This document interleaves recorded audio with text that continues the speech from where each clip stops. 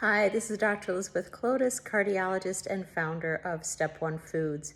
You know, a while ago, I did a little video showing you what I eat in a typical day, but it occurred to me that that was more for warmer months, where having a cool salad for dinner and cool yogurt for breakfast makes sense. Now that we're entering the cooler months, I thought I would show you what I have when, in the fall and moving into winter in terms of what I eat. In a corner of my kitchen, I have all things Step One because I eat the products I make. So here's all my little morning mixes. So today I'm going to have oatmeal, which is what I love during the cooler season. And I've got the blueberry cinnamon here, and then the apple spice. And today, just because it was on top, I'm going to do the blueberry cinnamon. Ooh, look at all those blueberries in there. Yum. Oh, get it a little bit out. Okay. And now I'm just going to add hot water. I know there's, add a third cup. I just kind of look at it by visual. I never bother measuring the water. I've made this so many times. Oh, and then this little thing, I keep dried fruit and nuts around all the time, just in case I want a little something for a snack. This gets me away from, reaching for chocolate or searching for chips or things like that. So it's easier to make a good choice. And then I love pecans, and I'm gonna be adding a little of them to the oatmeal as well. And while the oatmeal is kind of I guess cooking in my bowl, one of the things I like to do is find ways to add more fruit, more vegetables into what I'm eating. So I actually love to put extra fruit over the oatmeal, and even with the apple one, I'll add blueberries. I love blueberries, so I will put some blueberries over top. My oatmeal looks nice and ready, so I'm gonna add the blueberries, and watch, it's a whole cup that I'm going to add. What a huge, beautiful breakfast. And then, like I said, because I love pecans, I'm gonna take a small handful. I'm estimating it's probably like 1/8 of a cup, something like that. I'm just gonna crush them a little bit and put them over top. Okay, there we go. Breakfast ready. Oh my gosh, I can't believe I said that was it for breakfast. No, I must have a cup of coffee. So there's my cup of coffee, and by the way, that's not milk, that's just the foam from the coffee machine. So anyway, black coffee and my oatmeal with blueberries and pecans. Okay, see you at lunch. Hi, Dr. Clotis here. I am now about to show you what I have for lunch on a typical day when it's a little colder out. There it is. It's not all that exciting. I will, quick, because I need to just be fast, and I don't always have time to sit and have a lunch, a lunch break. I'm typically eating in between seeing patients. So this time I made a peanut butter sandwich, and I love crunchy peanut butter. I put it on rye because I love rye bread. And instead of jelly, this is my little hack, is I have a bunch of grapes. And I don't know if you've tasted grapes recently, but they are just amazing. They're breeding them sweeter or something, I don't know. And then the last thing is my big water bottle, which I have tried to be much better about drinking fluids since I had my little oops with my kidney stone. So this is something I try to do fairly regularly. And I actually, it's kind of silly, but it works. These bottles that have little marks on them and tell you to, drink more and you're almost there. I find it actually kind of works. So it certainly worked for me to keep me drinking more fluids during the day. But that's it. It's my peanut butter and pre-jelly grapes and some water. I did a little calculation of all the things I ate in terms of nutrients. So I've got my little cheat sheet. So here we go. for calories, my oatmeal was 180, the blueberries were 80 for a cup, the pecans, I had about an eighth of a cup, I gave that 85 calories. I had 2 slices of rye bread for 130 total. I had a little bit over 2 tablespoons of peanut butter in that sandwich, so 180 calories, and almost 2 cups of grapes, so I gave myself 120 calories for that. The grand total is 775 calories. Okay, but where am I in terms of some other important nutrients? So for fiber, I'm actually doing really well. The oatmeal gave me 6 grams, the blueberry 4 grams, the pecans, even though it was just a little bit, 1 gram of fiber, the rye bread, pretty good at 3 grams, peanut butter, 2 grams, and the grapes, 2 grams, for a grand total of 18 grams of fiber. Women should get somewhere, over 25 grams of fiber per day. Men, closer to 30 to 35 grams of fiber per day. So I'm more than halfway there. So I'm super excited about that. And now you're all probably looking at what I ate and said, like, where's the protein? Okay, let me give you the protein countdown. So the oatmeal was 6 grams, the blueberries 1 gram, pecans 1 gram, the rye bread 4 grams. We forget that there's protein in grains, right? The oatmeal had 6, the rye bread 4. Okay, peanut butter 10 grams. We expect that to be pretty high in protein, and the grapes 1 gram. So for a total of 23 grams.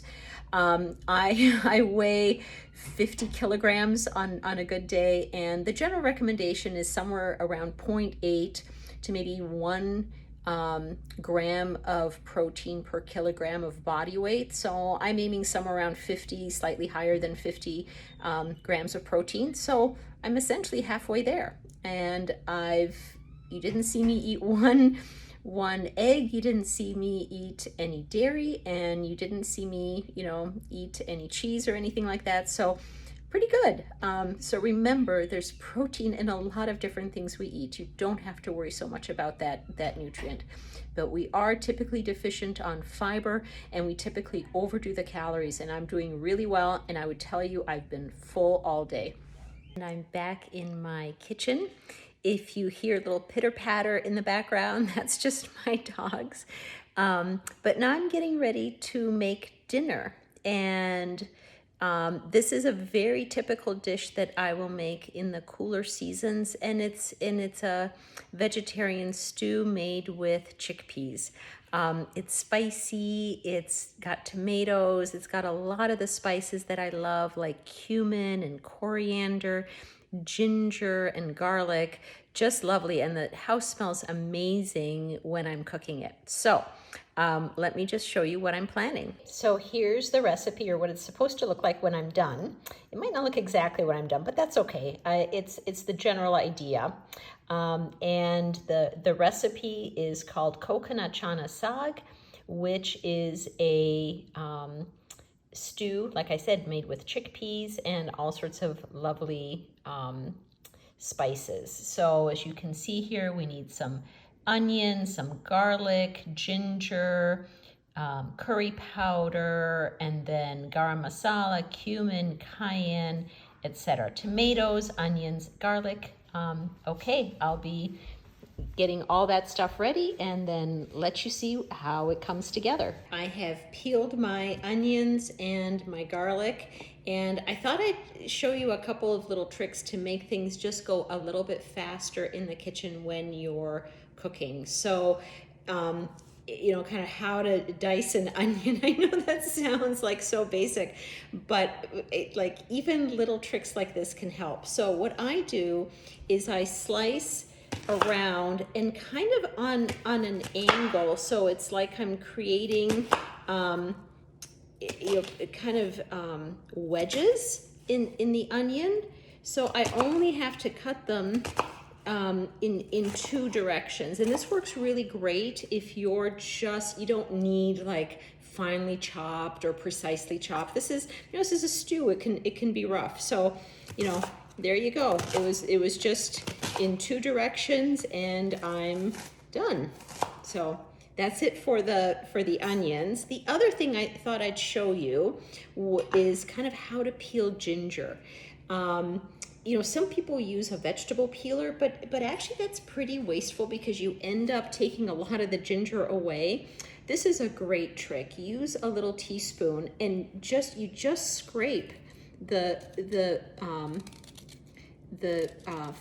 kind of the skin off of the ginger. It comes off really, really easily. You end up saving a lot more of the ginger itself, and you end up with beautiful ginger. Like, it's just super easy and it works really, really well.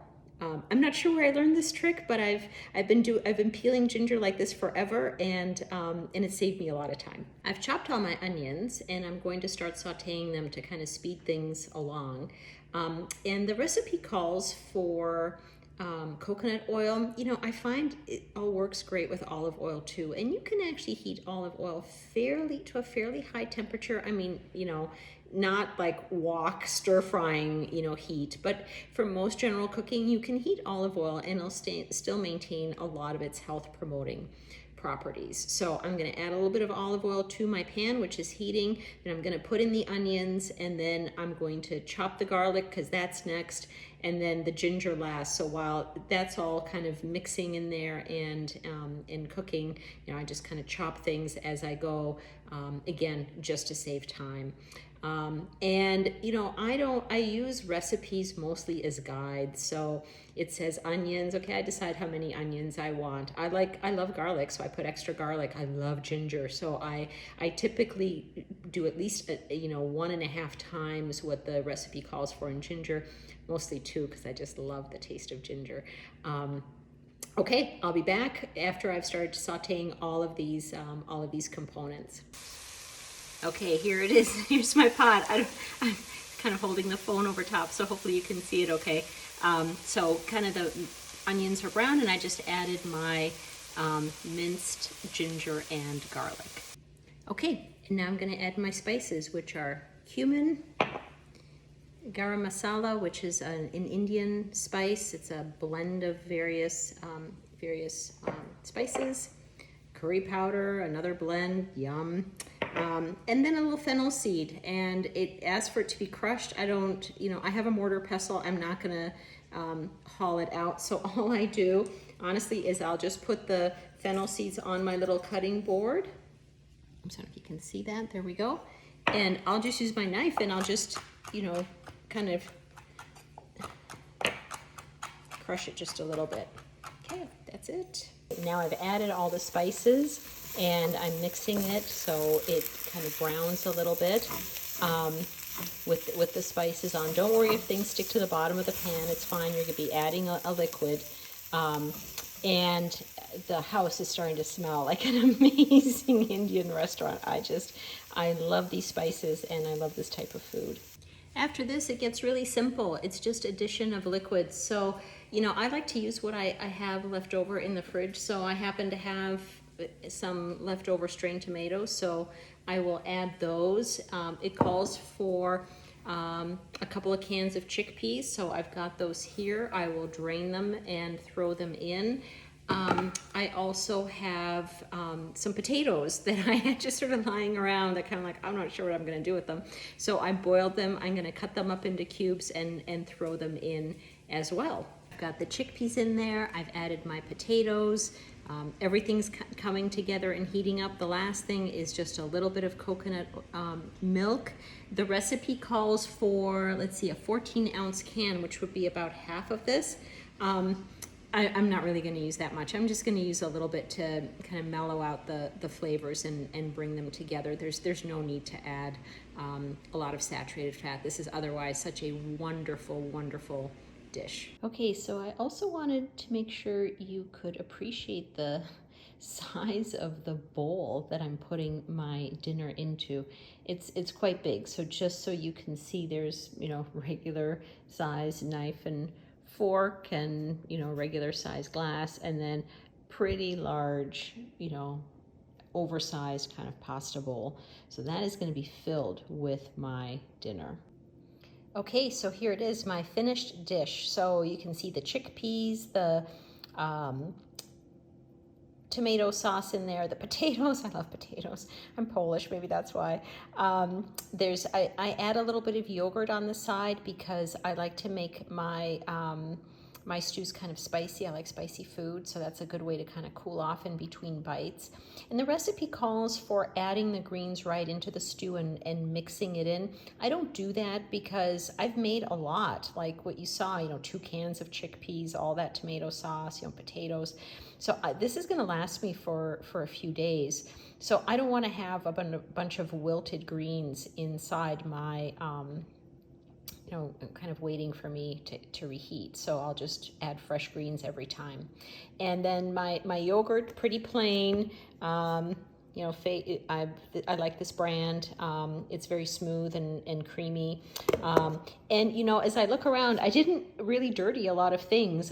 Can opener, the measuring spoons, the the cutting board got a lot of action, and then a knife, which is already in the sink, and then really just the pan and spoon. So it really goes quick in terms of making it, and then low cleanup. And if you think about it, from a timing perspective, really the biggest thing was chopping up the onions, because I could have gotten the frozen garlic and ginger. That would have speeded things up along. Measuring out the spices, that doesn't take very long. I had the potatoes and I just added those because I happen to have them around, but you don't have to do that. You can just have the stew as it is. So it would be more watery, obviously, because potatoes take up some of the fluid or the juices. And then I love cilantro, so I will typically douse it with even more after I finish this video. So I ate everything in that bowl. I can't believe it.